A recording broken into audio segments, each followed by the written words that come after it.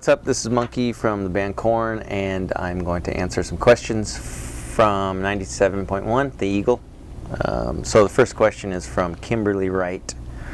What emotions come over you when you return to Bakersfield, particularly Oildale? It's a lot of mixed emotions, I think. I have some kind of bittersweet, feelings because that was sort of a struggling moment for me as far as knowing, I had to move to Los Angeles to sort of make this dream come true. It wasn't going to happen there, so but when I do go back, I'm reminded about my mom and dad who are now passed away. So it's hard because there's a lot of memories there, a lot of good memories, a lot of bad memories. So and Oildale is an interesting place still. The same thing. Second one is from James Babovec. What is your favorite corn dish? Food with corn. I don't know, roasted corn, barbecued corn on the grill. That's probably my favorite. If you chop it and then soak it in water for a little bit and wrap it in foil and leave it on the barbecue grill, that's really good. So I'd say that's my favorite. Next question, Brian Leary. Who or what has been the biggest influence on your music over the past 2 decades?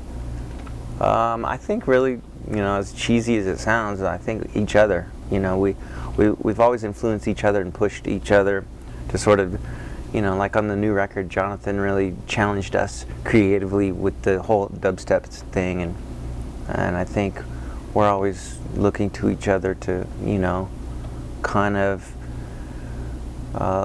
help each other along the way, a creative path wherever that might lead us, and trust each other's instincts as far as musical taste and stuff. So Andrew Howard, when Korn first got together, what Korn songs did y'all play at shows, and do you still play any of these songs?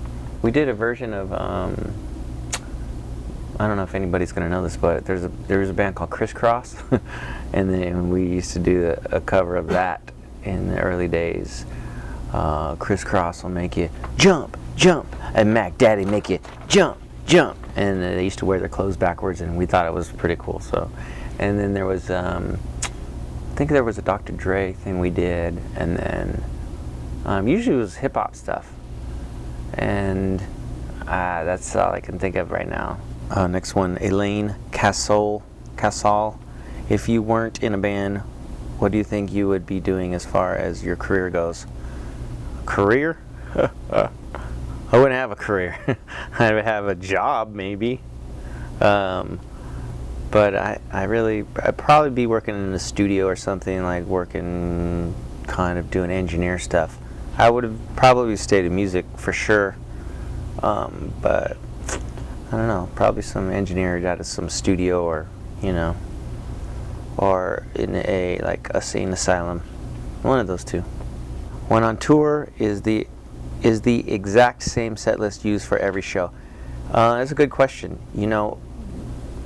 It is, and sometimes we don't want it to be, but you kind of get into a groove with the lights and the sound.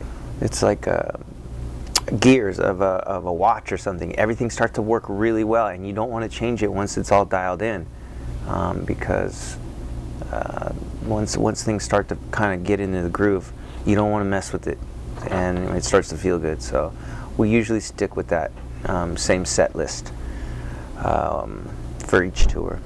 It'll change a little bit now and then, but next question's from Kimberly Norton. What band would you really love to tour with in the future, and how have they influenced you as musical artists today? I would say that's easy for me. I would say that would be Faith No More. I would love to tour with Faith No More. I know they're doing shows. They did shows last year, and they, I think, have influenced this band musically in so many ways, from the beginning, even still today. I think they're a band that was ahead of their time. Last one is from Adam Woods. If you choke a Smurf, what color does it turn? I would say like a blueberry, a shade of blueberry. What's that question? Adam, man. Is that all you could think of? Anyways, that's it. Thanks, guys. Thanks. I'm looking forward to the show, and I'll see you soon. Later.